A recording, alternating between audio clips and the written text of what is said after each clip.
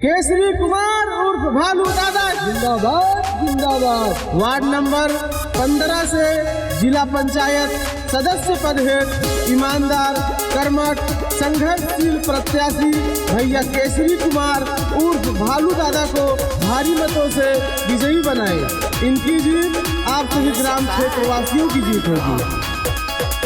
सुना हो काकी सुना हो मर काका केसरी कुमार भालू दादा के जिताता। ये बाबा नहीं तो जितैया हो। सुना हो काकी सुना हो मर काका केसरी कुमार भालू दादा के जिताता।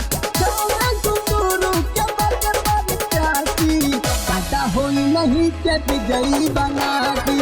केसरी कुमार भालू दादा के जिता दी। बाबा होई नहीं के विजयी बना दी। केसरी कुमार भालू दादा के जिता दी। जन जन ने यही खाना है, अब की बार केसरी कुमार भालू दादा को विजयी बनाना है।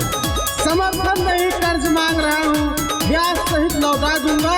समर्थन नहीं कर्ज मांग रहा हूँ, ब्याज सहित लौटा दूंगा। जहाँ बहेगा पसीना आपका खून वहाँ मैं बहा दूंगा।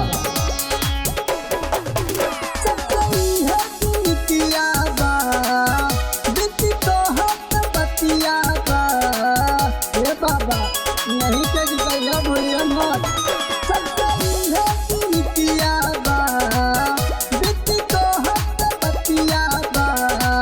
वार्ड नंबर 15 से जिता दी। ऐसन केहू न नेता बा। मथवा पे सीता बाबा के लगा दी। बाबा होई नहीं के विजयी बना दी। केसरी कुमार भालू दादा के जिता दी।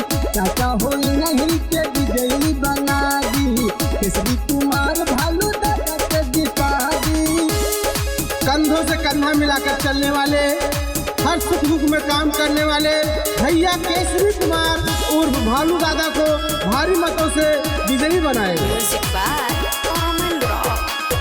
तुम होई भलाई के तुझे काटा हमरा भाई के। ए काकी भूलिया मत नहीं के जितैया।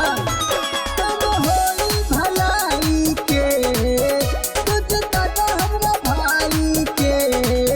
जिला पंचायत का 10 बना दी। है बाटे बेनितिया बा। गाँव कुटुरु के बाटे बड़ चाची चाची होई नहीं के विजयी बना दी। केसरी कुमार भालू दादा के जिता दी। चाचा होई नहीं के विजयी बना दी। केसरी कुमार भालू दादा के जिता दी। कोई भी ऑडियो वीडियो रिकॉर्डिंग हेतु संपर्क करें देविका फिल्म सिकौना बाजार। Mobile number 9695 77 0935।